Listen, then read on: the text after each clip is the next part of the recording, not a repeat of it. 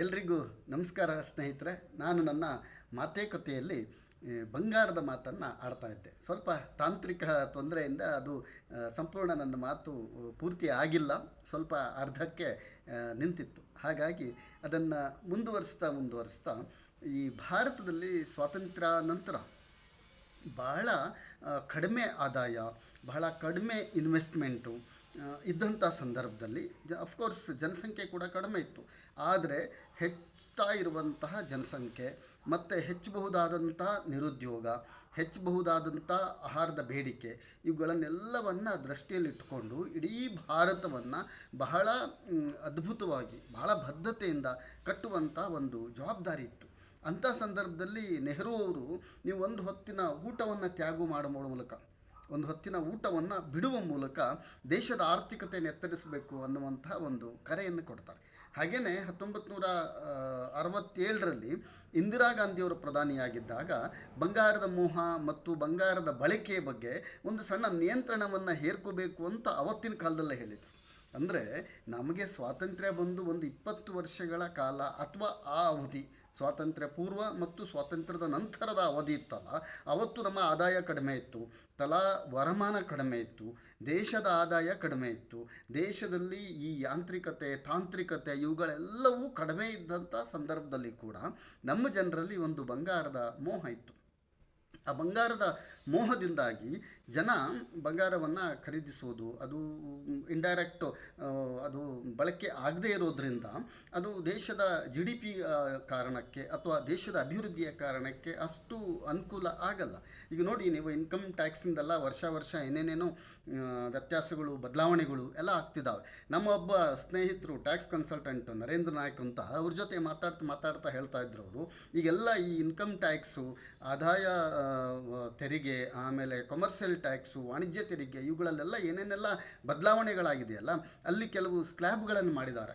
So ಈ ಹೊಸ ಈ ವ್ಯವಸ್ಥೆಯಲ್ಲಿ ನಮಗೆ ಉಳಿತಾಯವನ್ನು ಮಾಡಲಿಕ್ಕೆ ಅವಕಾಶ ಇಲ್ಲ. ಯಾಕಂತಂದರೆ ಹಿಂದೆ ಈ ನಮ್ಮ ಭಾರತೀಯ ಜನಜೀವನ, ಭಾರತೀಯರ ಮನಸ್ಥಿತಿ ಹೇಗಿದೆ ಅಂತಂದರೆ, ನಾವು ಇವತ್ತಿನಕ್ಕಿಂತ ನಾಳೆಗೆ ಹೆಚ್ಚು ಇಂಪಾರ್ಟೆನ್ಸನ್ನು ಕೊಡ್ತಾ ಇದ್ದೀವಿ. ಇವತ್ತು ಹೆಂಗೋ ಬದುಕ್ಬಿಡೋಣ, ನಾಳೆ ಬೇಕು ಅನ್ನುವಂಥ ಕಾಳಜಿ ನಮ್ಮದು. ಹಾಗಾಗಿ ನಾವು LICಯನ್ನು ಮಾಡ್ತೀವಿ, ಮತ್ತು ಬೇರೆ ಕಡೆ ನಮ್ಮ ಇನ್ವೆಸ್ಟ್ಮೆಂಟ್ಗಳನ್ನು ಮಾಡ್ತೀವಿ, ನಾವು FDಯನ್ನು ಇಡ್ತೀವಿ, ಏನೇನೇನೋ ಕೆಲವು ಜನ ಲ್ಯಾಂಡ್ ಮೇಲೆ ದುಡ್ಡನ್ನು ಇನ್ವೆಸ್ಟ್ಮೆಂಟ್ ಮಾಡ್ತಾರೆ, ಕೆಲವು ಜನ ಬಂಗಾರದ ಮೇಲೆ ದುಡ್ಡನ್ನು ಹಾಕ್ತಾರೆ. ಹೀಗೆ ಒಂದು ನಮ್ಮ ಆರ್ಥಿಕ ವ್ಯವಹಾರ ನಡೀತಾ ಇರುತ್ತೆ. ಬಟ್ ಇಲ್ಲಿ ನೀವು ಈ ಉಳಿತಾಯದ ಅವಕಾಶವನ್ನು ಕಡಿಮೆ ಮಾಡಿಬಿಟ್ರೆ, ಜನ ಸಹಜವಾಗಿ ನಾವು ದುಡಿಬೇಕು, ಖರ್ಚು ಮಾಡಬೇಕು ಅನ್ನುವಂಥ ಒಂದು ಪಾಶ್ಚಾತ್ಯ ಅಥವಾ ಪಾಶ್ಚಿಮಾತ್ಯ ಜೀವನ ಶೈಲಿ ಏನಿದೆ, ಅದಕ್ಕೆ ಒಗ್ಗಿಕೊಳ್ಳುವಂತಹ ಎಲ್ಲ ಸಾಧ್ಯತೆ ಇದೆ. ಮೋದಿ ಮಹಾಶಯರು ಏನು ಮಾಡಿದರು ಅಂತಂದರೆ, ಅವರಿಗೆ GDP ಬೇಕು, ತಾವು ಮಾಡಿದ್ದಕ್ಕಿಂತ ಹೆಚ್ಚು ಆದಾಯ ಅನುಕೂಲ ಆಗ್ತಾ ಇದೆ, ಅಭಿವೃದ್ಧಿ ಆಗ್ತಾ ಇದೆ ಅನ್ನುವಂತಹ ಒಂದು ಪ್ರದರ್ಶನವನ್ನು ಮಾಡಬೇಕು. ಹಾಗಾಗಿ ಇನ್ಕಮ್ ಟ್ಯಾಕ್ಸ್ಗಳಲ್ಲೆಲ್ಲ ಸ್ಲ್ಯಾಬ್ಗಳನ್ನು ಮಾಡಿ, ಅಲ್ಲಿ ಜನರು ಉಳಿತಾಯಕ್ಕೆ ಕಡಿಮೆ ಅವಕಾಶ ಇರೋ ಥರ ಎಲ್ಲ ಸ್ಲ್ಯಾಬ್ಗಳನ್ನು ಮಾಡಿಕೊಟ್ಟಿದ್ದಾರೆ. ನೋಡಿ, ಇವರು ಏನೋ ದೊಡ್ಡ ದೇಶವನ್ನು ಕಟ್ತೀವಿ ಅಂತ ಹೋಗ್ತಾ ಇದ್ದಾರೆ. ಮತ್ತು ಇವರು ಮಾತಾಡೋದು ಪೂರ್ತಿ ಪ್ರಾಚೀನ ಅರ್ವಾಚೀನ ಕಾಲದ್ದು. ಇವರ ಧರ್ಮ ಇರ್ಬೋದು, ಇವರ ಧೋರಣೆ ಇರ್ಬೋದು, ಇವರ ಸಿದ್ಧಾಂತ ಇರ್ಬೋದು, ಯಾವುದೂ ಇವತ್ತಿನ ಆಧುನಿಕ ಕಾಲಕ್ಕೆ ಸಂಬಂಧಪಟ್ಟಿರುವಂಥದ್ದೇ ಅಲ್ಲ. ಆದರೆ ಈ ವಿಚಾರಕ್ಕೆ ಬಂದಾಗೆ ಮಾತ್ರ, ಅಂದರೆ ಇವರು ತಮ್ಮ ಸ್ವಾರ್ಥಕ್ಕೆ, ತಮ್ಮ ಕೀರ್ತಿಗೆ, ತಮ್ಮ ಪ್ರತಿಷ್ಠೆಗೆ, ತಮ್ಮ ಮೆರವಣಿಗೆಗೆ ಏನು ಬೇಕಾದ್ದನ್ನು ಮಾಡ್ತಾರೆ ಅನ್ನೋದಕ್ಕೆ ಇದು ಒಂದು ಸಣ್ಣ ಉದಾಹರಣೆ ಅಷ್ಟೆ. ಇದನ್ನೇ ಮುಂದುವರಿಸ್ತಾ ನಾವು ತಮಿಳುನಾಡಿನಲ್ಲಿ ಏನು ಹೊಸ ಸರ್ಕಾರ ಪ್ರಾರಂಭ ಆಗಿದೆ, ವಿಜಯ್ ಅವರ ನೇತೃತ್ವದಲ್ಲಿ TVK ಪಕ್ಷ ಏನು ಅಧಿಕಾರಕ್ಕೆ ಬಂತು, ಆ ಅಧಿಕಾರಕ್ಕೆ ಬರ್ತಾ ಇದ್ದಾಗೆ, ಅಂದರೆ ಎಲೆಕ್ಷನ್ನ ಏನು ಮತದಾನದ ಪ್ರಕ್ರಿಯೆ ಮತದಾನ ನಂತರ ಈ ಎಲ್ಲ ಕೌಂಟಿಂಗಿನ ಪ್ರಕ್ರಿಯೆ ಏನು ನಡೀತಾ ಇತ್ತು, ಅವತ್ತು ದಿಢೀರ್ನೇ ಈ TVKಯ ವಿಜಯ್ ಅವರಿಗೆ ಒಂದು ಹೆಚ್ಚಿನ ಸ್ಥಾನಗಳು ಬರ್ತಾ ಇದ್ದಾವೆ ಅಂತ ಕನ್ಫರ್ಮ್ ಆಗ್ತಾ ಇದ್ದಾಗೆ ಮಾನ್ಯ ಗೃಹ ಮಂತ್ರಿ ಶಾ ಅವರನ್ನು ಸಂಪರ್ಕ ಮಾಡಿ, ಅಂದರೆ ವಿಜಯ್ ಅವರಿಗೆ ಸಂಬಂಧಪಟ್ಟವರನ್ನು ಸಂಪರ್ಕ ಮಾಡಿ, ನೀವು NDA ಒಕ್ಕೂಟಕ್ಕೆ ಬರಬೇಕು ಮತ್ತು AIADMK ನೇತೃತ್ವದಲ್ಲಿ ತಮಿಳುನಾಡಿನಲ್ಲಿ ಸರ್ಕಾರ ಮಾಡಬೇಕು ಅನ್ನುವಂಥ ಒಂದು ಆಫರನ್ನು ಕೊಡ್ತಾರೆ. ಈ ಆಫರ್ಗೆ ವಿಜಯ್ ಅವರು ಒಪ್ಕೊಳ್ಳೋದಿಲ್ಲ. ನಾವು ಗ್ರೇಟ್ ಅನ್ನೋದು ಇಂಥ ಕಾರಣಕ್ಕೆ. ಯಾಕಂತಂದರೆ ವಿಜಯ್ ಅವರನ್ನು ನಿಯಂತ್ರಣ ಮಾಡಲಿಕ್ಕೆ, ವಿಜಯ್ ಅವರನ್ನು ತಮ್ಮ ವಶದಲ್ಲಿಟ್ಕೊಂಡು ತಮ್ಮ ಮೂಗಿನ ನೇರಕ್ಕೆ ಏನೇನು ಬೇಕಲ್ಲ ಈ ಧರ್ಮ ಅದು ಇದು ಅಂತ ಹೇಳ್ಕೊಂಡು ಏನೇನೆಲ್ಲ ಇವರು ಕಾರಸ್ಥಾನವನ್ನು ಮಾಡ್ತಾ ಇದ್ದಾರಲ್ಲ, ಇದಕ್ಕೆಲ್ಲ ಪೂರಕವಾಗಿ ಏನೇನು ಮಾಡಬೇಕು ಅದನ್ನು ಮಾಡಲಿಕ್ಕಾಗಿ ಶಾ ಅವರು ಒಂದು ಸಣ್ಣ ಪ್ರಯತ್ನವನ್ನು ಮಾಡಿದರು. ಸಣ್ಣ ಪ್ರಯತ್ನ ಅಲ್ಲ ಅವ್ರದ್ದು ಏನೇನೇನೋ ಇದ್ದಿರುತ್ತೆ. ಇವತ್ತು ನೀವು ಭಾರತದಲ್ಲಿ ನೋಡ್ತಾ ಇದ್ದೀರಿ, ಮೊದಲೇ ಕಾಂಗ್ರೆಸ್ನಲ್ಲೋ ಅಥವಾ ಬೇರೆ ಅನ್ಯ ಪಕ್ಷಗಳಲ್ಲೋ ಇದ್ದಂಥ ನಾಯಕರು ಬಿ ಜೆ ಪಿಗೆ ಹೋದ ಕೂಡಲೇ ಹೇಗೆ ಪರಿಶುದ್ಧರಾಗಿಬಿಡ್ತಾರೆ, ಅಥವಾ ಎಲ್ಲೋ ಒಂದು ಕಡೆ ಅಧಿಕಾರಕ್ಕೆ ಬರಬೇಕು ಅನ್ನುವಂಥ ಕಾರಣಕ್ಕೆ ಇವರು ಯಾರ್ಯಾರ ಜೊತೆಗೆಲ್ಲ ದೋಸ್ತಿಯನ್ನು ಮಾಡ್ತಾರೆ, ಏನೇನೆಲ್ಲ ಮಾಡ್ತಾರೆ. ಇದನ್ನೆಲ್ಲ ನೋಡ್ತಾ ಹೋದಾಗ ತಮಿಳುನಾಡಿನ ಜನರು ಗ್ರೇಟ್ ಅನ್ನಬೇಕು. ಅಲ್ಲಿ ವಿಜಯ್ ಅವರಿಗೆ ಮ್ಯಾಂಡೇಟನ್ನು ಕೊಟ್ಟಿದ್ದಾರೆ. ಮತ್ತು ವಿಜಯ್ ಅವರು ಪ್ರಾರಂಭದಿಂದ ಇವತ್ತಿನವರೆಗೆ ಅವರು ಮೊದಲೇ ಹೇಳ್ಕೊಂಡಿದ್ರು, ಏನು DMK ಪಕ್ಷ ಇದೆ ಅದು ನಮಗೆ ಆಡಳಿತದ ವಿರೋಧಿ, ಅಂದರೆ ಈಗ ನಮಗೆ ನೇರವಾಗಿ ರಾಜಕೀಯ ವಿರೋಧಿ ಏನಾದರೂ ಇದ್ದರೆ ಅದು DMK. ಜೊತೆಗೆ ನಮಗೆ ಸೈದ್ಧಾಂತಿಕ ವಿರೋಧಿ ಏನಾದರೂ ಇದ್ದರೆ ಅದು BJP ಅನ್ನೋದನ್ನು ಹೇಳಿದರು. ಅಂದರೆ ನಾವು ಯಾವ ಕಾರಣಕ್ಕೂ BJP ಅಥವಾ ಅವರ NDA ಒಕ್ಕೂಟವನ್ನು ಸೇರೋದಿಲ್ಲ. ಯಾಕಂತಂದ್ರೆ ನಮಗೆ ಆ ಸಿದ್ಧಾಂತದ ಬಗ್ಗೆ ಒಪ್ಪಿಗೆ ಇಲ್ಲ. ನಾವು ಆ ಸಿದ್ಧಾಂತವನ್ನು ವಿರೋಧಿಸಿ ಪೆರಿಯಾರ್ ಅವರ ನಾರಾಯಣ ಗುರುಗಳ ಸಿದ್ಧಾಂತದ ಆಧಾರದಲ್ಲಿ ನಾವು ನಮ್ಮ ಪಕ್ಷ ರಚನೆ ಮಾಡ್ಕೊಂಡಿದ್ವಿ, ನಮ್ಮ ಸರ್ಕಾರದ ಕೆಲಸಗಳನ್ನು ಮಾಡ್ತೀವಿ, ಸಮಾಜದ ಅಭಿವೃದ್ಧಿಯನ್ನು ಮಾಡ್ತೀವಿ ಅನ್ನುವಂಥ ಒಂದು ಗಟ್ಟಿತನವನ್ನು ಪ್ರದರ್ಶಿಸಿದರು.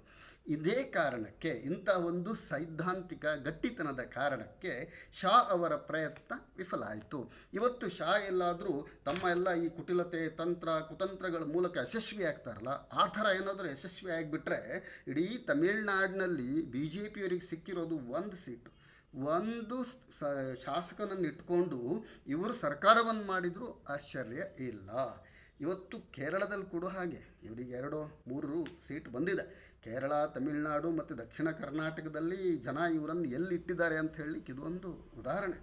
ನೀವು ಎಂಥ SIR ಮಾಡಿ ಮತ್ತೊಂದು ಮಾಡಿ ಏನೇ ಮಾಡಲಿ, ಜನರು ಗಟ್ಟಿಯಾಗಿದ್ದಿದ್ರೆ, ಜನರು ಸರಿಯಾಗಿ ತಮ್ಮ ವಿವೇಚನೆಯಿಂದ ಮತದಾನವನ್ನು ಮಾಡಿದರೆ ಇಂತಹ ಮತಾಂಧರನ್ನು ಅಧಿಕಾರದಿಂದ, ಈ ಆಡಳಿತ ವ್ಯವಸ್ಥೆಯಿಂದ ಹೊರಗೆ ಇಡಬಹುದು ಅಂತ ಹೇಳಲಿಕ್ಕೆ ತಮಿಳುನಾಡು ಮತ್ತು ಕೇರಳಗಳು ನಮಗೆ ಉದಾಹರಣೆಗಳಾಗಿ ಕಾಣ್ತವೆ.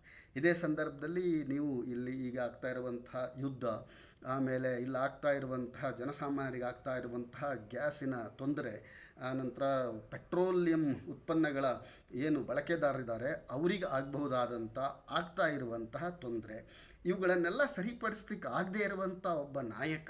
ನೀವು 1967ರಲ್ಲಿ ಇಂದಿರಾ ಗಾಂಧಿ ಏನು ಹೇಳಿದರು ಅದನ್ನು ಕೋಟ್ ಮಾಡ್ತಾ ಇದ್ದೀರಾ.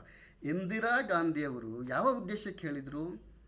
ದೇಶದ ಅಭಿವೃದ್ಧಿ, ಆಮೇಲೆ ಇಲ್ಲಿಯ ಹಣ ಟ್ರಾನ್ಸಾಕ್ಷನ್ ಮೂಲಕ ಮರಳಿ ಅದು ಬಳಕೆಗೆ ಬರಬೇಕು ಅನ್ನುವಂಥ ಕಾರಣಕ್ಕೆ ಅವರ ಹೇಳಿದ್ದು ಸ್ವಾತಂತ್ರ್ಯ ಬಂದು 20 ವರ್ಷಗಳ ಆಸುಪಾಸಿನಲ್ಲಿ. ಈಗ ನೀವು ಯಾವ ಕಾಲಘಟ್ಟದಲ್ಲಿದ್ದೀರಿ?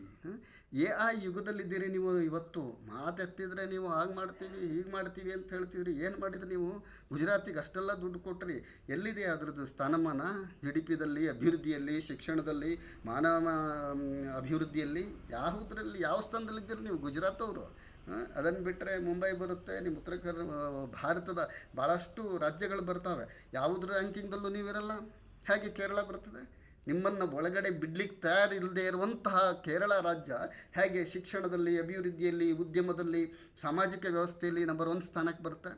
ನಿಮ್ಮನ್ನು ಸದಾ ಹೊರಗಟ್ತಾ ಇರುವಂತಹ ದಕ್ಷಿಣ ಭಾರತ ಏನಿದೆ, ನಾವು ಅಂದರೆ ನಮ್ಮ ದ್ರಾವಿಡ ಮೂಲದ ದಕ್ಷಿಣ ಭಾರತ ಏನಿದೆ, ಇದಕ್ಕೆ ಒಂದು ಹಿನ್ನೆಲೆ ಇದೆ. ಅದನ್ನು ಇನ್ನೊಂದು ವಿಷಯದಲ್ಲಿ ಮಾತಾಡೋಣ ನಾವು.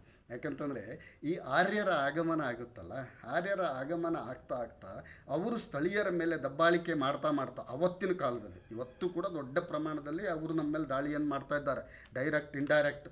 ಅದು ಅಧಿಕಾರವನ್ನು ಕಬಳಿಸ್ಕೊಂಡು, ಈಗೇನು ಈ ಪ್ರಧಾನಮಂತ್ರಿ ಗೃಹ ಮಂತ್ರಿಗಳಿದ್ದಾರಲ್ಲ, ಇವರೆಲ್ಲ ತಂತ್ರ ಮಂತ್ರ ಷಡ್ಯಂತ್ರಗಳ ಮೂಲಕ ಅಧಿಕಾರವನ್ನು ತಮ್ಮ ವಶದಲ್ಲಿಟ್ಕೊಂಡು ನಮ್ಮ ಮೇಲೆ ಹೇಗೆ ಇಂಡೈರೆಕ್ಟ್ ಒಂದು ದಾಳಿಯನ್ನು ಮಾಡ್ತಾ ಇದ್ದಾರೆ ದೇವರು ಧರ್ಮದ ಹೆಸರಿನಲ್ಲಿ. ಇಂಥದ್ದೇ ಒಂದು ಚಾರಿತ್ರಿಕ ಅಪರಾಧವನ್ನು ಮಾಡ್ತಾ ಬಂದಂಥವ್ರು ಆರ್ಯರು ಭಾರತಕ್ಕೆ ಬಂದಾಗ ಇಲ್ಲಿಯ ಮೂಲ ನಿವಾಸಗಳನ್ನು ತಳ್ತಾ ಬಂದರು. ಆಗ ನಾವು ದಕ್ಷಿಣ ಭಾರತದ ಮೂಲೆಗೆ ಬಂದು ಮುಟ್ಟಿದ್ವಿ. ಒಂದು ಸ್ಥಳೀಯರಾಗಿದ್ದಂಥ ಇಲ್ಲಿಯವರು, ಜೊತೆಗೆ ಹೊರಗಡೆಯವರು ಕೂಡ ಆರ್ಯರ ದಬ್ಬಾಳಿಕೆಯ ಕಾರಣಕ್ಕಾಗಿ ಅವರು ಈ ಕಡೆ ದಕ್ಷಿಣ ಭಾರತದ ಕಡೆಗೆ ತಳ್ಳಲ್ಪಡ್ತಾರೆ. ಸೊ ಇಂಥ ಒಂದು ತಳ್ಳಲ್ಪಟ್ಟಂಥ ಸಮುದಾಯ, ಒಂದು ಪ್ರಾದೇಶಿಕ ಜನಸಂಖ್ಯೆ ಅಥವಾ ಮಾನವ ಸಂಪತ್ತೇನಿದೆ, ಅದು ಇವತ್ತು ನಿಮ್ಮನ್ನು, ನೀವು ಯಾರು ಈ ಆರ್ಯ ಪ್ರಣೀತ, ವೈದಿಕ ಪ್ರಣೀತ, ಅಸಮಾನತೆಯ ಪ್ರಣೀತ, ದೇವರು ಧರ್ಮದ ಹೆಸರಿನಲ್ಲಿ ಮೇಲ್ಜಾತಿ ಮೇಲ್ವರ್ಗದ ರಾಜಕಾರಣವನ್ನು ಮಾಡ್ತಾ ಮಾಡ್ತಾ ಭಾರತದ ಬಹುಸಂಖ್ಯಾತರಿಗೆ ಕಂಟಕ ಆಗಿರುವಂತಹ ನಿಮ್ಮ ಪರಿವಾರದ ವ್ಯವಸ್ಥೆ ಏನಿದೆಯಲ್ಲ, ಈ ವ್ಯವಸ್ಥೆಯನ್ನು ವಿರೋಧಿಸಿ ನಾವು ಬಂಡೆದ್ದಂಥವರು ದಕ್ಷಿಣ ಭಾರತದ ದ್ರಾವಿಡ ಮೂಲದವರು. ಇವತ್ತು ಕೂಡ ನಾವು ನಿಮ್ಮ ಪರಿವಾರದ ಚಿಂತನೆಯ ಆಡಳಿತಕ್ಕೆ ಅವಕಾಶವನ್ನು ದಕ್ಷಿಣ ಭಾರತದಲ್ಲಿ ಕೊಟ್ಟಿಲ್ಲ. ನೀವೇನೇನೆಲ್ಲ ಷಡ್ಯಂತ್ರಗಳನ್ನು ಮಾಡಿದರೂ ಕೂಡ ಅದಕ್ಕೆ ನಾವು ಸೆಡ್ ಹೊಡೆದಿದ್ದೀವಿ. ಹೀಗೆ ಭಾರತದ ಚರಿತ್ರೆಯಲ್ಲಿ ನಮ್ಮ ಮೂಲ ನಿವಾಸಿಗಳ ಹೋರಾಟ ಏನಿದೆಯಲ್ಲ, ನಮ್ಮ ಮೂಲ ನಿವಾಸಿಗಳ ಒಂದು ಕ್ರಾಂತಿ ಏನಿದೆಯಲ್ಲ, ನಮ್ಮ ಮೂಲ ನಿವಾಸಿಗಳ ಒಂದು ಅಸ್ಮಿತೆ ಏನಿದೆಯಲ್ಲ, ಅದನ್ನು ಕದಡಲಿಕ್ಕೆ ನಾವು ಎಂದೂ ಕೊಟ್ಟಿಲ್ಲ. ಇವತ್ತು ಅಮಿತ್ ಶಾ ಮತ್ತು ಆತನ ದುಷ್ಟ ಪರಿವಾರ ಏನೇನೆಲ್ಲ ಇಡೀ ದೇಶಾದ್ಯಂತ ಸುತ್ತಾಡಿ ಯಾರ್ಯಾರನ್ನೆಲ್ಲ ಬಳಸ್ಕೊಂಡು ದೇವರು ಧರ್ಮದ ಹೆಸರಿನಲ್ಲಿ ಮಾಡಬಾರದ ಕಾನೂನು ಅವ್ಯವಸ್ಥೆಗಳನ್ನು ಹುಟ್ಟಾಕಿ ಎಂತೆಂಥವರನ್ನು ತಮ್ಮ ಕಡೆ ತಗೊಂಡು ಭ್ರಷ್ಟರನ್ನು ಇವರು ಭ್ರಷ್ಟರಲ್ಲ ಅನ್ನೋ ಥರ ಸರ್ಟಿಫಿಕೇಷನ್ ಮಾಡಿ ನೀವೆಲ್ಲ ಇವತ್ತಿಷ್ಟೆಲ್ಲ ಕುತಂತ್ರ ಮಾಡಿದ ಮೇಲೂ ಕೂಡ ನಿಮಗೆ 3ನೇ ಅವಧಿಗೆ ಅಧಿಕಾರಕ್ಕೆ ಬರಲಿಕ್ಕೆ ಆಗಲಿಲ್ಲ. ನಾನಿಲ್ಲಿ ಈ ಕಾಂಗ್ರೆಸ್ ಮತ್ತು ಜಾತ್ಯತೀತ ಅಂದ್ಕೊಳ್ಳುವಂಥವರಿಗೂ ಒಂದು ಕಿವಿ ಮಾತನ್ನು ಹೇಳ್ತೀನಿ. ಯಾಕಂತಂದರೆ ನಿಮ್ಮ ಜಾತ್ಯತೀತ ಮತ್ತು ಕಾಂಗ್ರೆಸ್ ಪ್ರಣೀತ ಏನು ಆಡಳಿತ ವ್ಯವಸ್ಥೆ ಇದೆ ಭಾರತದಲ್ಲಿ, ನೀವೇನು 40-50 ವರ್ಷಗಳವರೆಗೆ ಆಡಳಿತ ಮಾಡಿದ್ರಿ, ಆವತ್ತೂ ಕೂಡ ನಿಮ್ಮನ್ನು ಮನುವಾದಿಗಳು ನಿಯಂತ್ರಣ ಮಾಡಿದರು. ಇವತ್ತು ಕೂಡ ಡೈರೆಕ್ಟ್ ಇಂಡೈರೆಕ್ಟ್ ಕಾಂಗ್ರೆಸ್ನಲ್ಲೂ ಮನುವಾದಿಗಳು ತುರ್ಕೊಂಡಿದ್ದಾರೆ. ಈ ಪರಿವಾರದ ಮನಸ್ಥಿತಿ ಇದೆಯಲ್ಲ, ಅದು ಒಳಗೊಳಗೆ ಗೆದ್ದಲಿನ ಹಾಗೆ ಕಾಂಗ್ರೆಸ್ ಪಕ್ಷವನ್ನು ಅಥವಾ ಇಡೀ ಸಮಾಜವನ್ನು, ಇಡೀ ದೇಶವನ್ನು ತಮ್ಮ ನಿಯಂತ್ರಣದಲ್ಲಿ ಇಟ್ಕೊಳ್ಬೇಕು ಅನ್ನುವಂಥ ಏಕೈಕ ಕಾರಣಕ್ಕೆ ಬಹಳ ಅನ್ಯಾಯವನ್ನು, ಅನಾಹುತವನ್ನು ಮಾಡ್ತಾ ಇದ್ದಾರೆ. ಇದರ ಬಗ್ಗೆ ಎಚ್ಚರಿಕೆ ಇಲ್ಲದೆ ಇದ್ದರೆ ಒಂದು. ಎರಡನೇದು, ಕಾಂಗ್ರೆಸ್ ಅವರಿಗೆ ಎಲ್ಲವರನ್ನ ಕೂಡಿಕೊಂಡು ಸಹಿತ ನೀವು 40-50 ವರ್ಷ ಆಡಳಿತ ಮಾಡಿದ ಮೇಲೆ ಕೂಡ ನಿಮ್ಮನ್ನು ಸಂಪೂರ್ಣವಾಗಿ ಏನು ಕಾಂಗ್ರೆಸ್ ಮುಕ್ತ ಭಾರತ ಅಂತ ಬಡ್ಕೊಳ್ತಿದ್ದಾರಲ್ಲ, ಅದನ್ನು ಮಾಡಲಿಕ್ಕೆ ಅವ್ರ ಹತ್ರ ಆಗಿಲ್ಲ. ಎಷ್ಟು ಆಫ್ಟರ್ 50-60 ಇಯರ್ಸ್ ಆಡಳಿತದ ನಂತರ, ಆಫ್ಟರ್ ಆಲ್ ಈ 10 ವರ್ಷ ಮಾಡಿದಂಥವ್ರು ಯಾವುದೇ ಸತ್ಯ, ಒಂದು ಏನು ವಸ್ತುನಿಷ್ಠತೆ ಇಲ್ಲದೆ ತಮ್ಮ ಮೂಗಿನ ನೇರಕ್ಕೆ ದೇವರು ಧರ್ಮವನ್ನೇ ಆಧರಿಸಿಕೊಂಡು ಅಸಮಾನತೆಯ ಮಂತ್ರದ ಮೂಲಕ, ಬಹುಸಂಖ್ಯಾತರ ವಿರೋಧದ ಮೂಲಕ ಈ ದೇಶದ ಯಾವ ಬಹುಸಂಖ್ಯಾತ ಮೂಲ ನಿವಾಸಿಗಳಿದ್ದಾರೆ ಅವರಿಗೆ ವಿರುದ್ಧವಾದ ಆಡಳಿತವನ್ನು ಕೊಡುವ ಮೂಲಕ ನಮ್ಮನ್ನೆಲ್ಲವರನ್ನು ಇವರು ಮ್ಯಾನಿಪುಲೇಟ್ ಮಾಡಿ ನಮ್ಮನ್ನು ದುರ್ಬಳಕೆ ಮಾಡಿಕೊಂಡು ಏನು ಈ ದೇಶದ ಚುಕ್ಕಾಣಿಯನ್ನು ಹಿಡಿತಾ ಇದ್ದಾರೆ. ನಿಮಗೆ 10 ವರ್ಷಕ್ಕೆ ನೀವು ಸುಸ್ತಾಗಿದ್ರಿ, 3ನೇ ಅವಧಿಗೆ ನಿಮಗೆ ಬಹುಮತ ತಗೊಳ್ಳಿಕ್ಕಾಗಿಲ್ಲ. ಮತ್ತು ಮುಂದಿದೆ ಮಾರಿ ಹಬ್ಬ, ಮುಂದಿನ ಚುನಾವಣೆ ಬರುತ್ತಲ್ಲ. ಈಗ ನಮ್ಗೆ ಆಶಾವಾದ ಏನು ಗೊತ್ತಾ, ಕೇರಳದಲ್ಲಿ ನಿಮ್ಮನ್ನು ಥೂ ಅಂತ ಹೊರಗೆ ಹಾಕ್ತಿದ್ದಾರೆ. ಹಾಗೆ ತಮಿಳ್ನಾಡಿನಲ್ಲಿ ಕೂಡ ನೀವು ಇವರಿಂದ ದೂರ ಹೋಗಿಬಿಟ್ಟಿದ್ರಿ. ಅಂದರೆ ತಮಿಳ್ನಾಡು ಬಾರ್ಡ್ರಿಂದ ನಿಮ್ಮನ್ನು ಎತ್ತಿ ಬಿಸಾಕಿಬಿಟ್ಟಿದ್ದಾರೆ. ಆಶಾವಾದ ಕಣ್ರಿ ಇದು, ಆಶಾವಾದ. ಕೇರಳ ರಾಜ್ಯ ನಿಮ್ಮನ್ನು ಒಳಗಡೆ ತಗೊಳ್ಳಲ್ಲ, ತಮಿಳ್ನಾಡು ನಿಮ್ಮನ್ನು ಒಳಗಡೆ ತಗೊಳ್ಳಲ್ಲ. ಆಮೇಲೆ ಇಲ್ಲಿರುವಂಥ ಸರೌಂಡಿಂಗ್ ಸ್ಟೇಟ್ಸ್ಗಳು ಯಾವ್ಯಾವುದಿದೆ ಇನ್ಕ್ಲೂಡಿಂಗ್ ಕರ್ನಾಟಕ, ನಾವು ನಿಮಗೆ ಎಂದೂ ತಲೆಬಾಗಿಲ್ಲ. ಎಲ್ಲೋ ಯಾವ್ಯಾವುದೋ ಕಾರಣಕ್ಕೆ ನೀವು ಅಧಿಕಾರದ ಹತ್ತತ್ರ ಬಂದಿರಬಹುದು, ಬಟ್ ಇನ್ನು ಮುಂದೆ ನಿಮಗೆ ಡಿಕ್ಲೈನ್ ಇದೆ. ಹಾಗಾಗಿ ನಾನಿವತ್ತು ನಮ್ಮ ಬಹುಸಂಖ್ಯಾತ ಮೂಲ ನಿವಾಸಿ ಭಾರತೀಯ ನಿಜವಾದ ದೇಶಭಕ್ತ ಪ್ರಜೆಗಳೇನಿದ್ದಾರೆ ಅವರಲ್ಲಿ ಮನವಿ ಮಾಡ್ಕೊಳ್ಳೋದು ಏನಂತಂದರೆ, ಈ ಥರದ ಪ್ಲಾಂಟೆಡ್ ಬಹಳ ದುರುದ್ದೇಶದ ಪರಿವಾರದ ಈ ಸ್ವೇಚ್ಛಾಚಾರ ಏನಿದೆಯಲ್ಲ, ಇದಕ್ಕೆ ಭವಿಷ್ಯ ಇಲ್ಲ, ಇದಕ್ಕೆ ಮುಂದೆ ಜನಮನ್ನಣೆ ಇಲ್ಲ.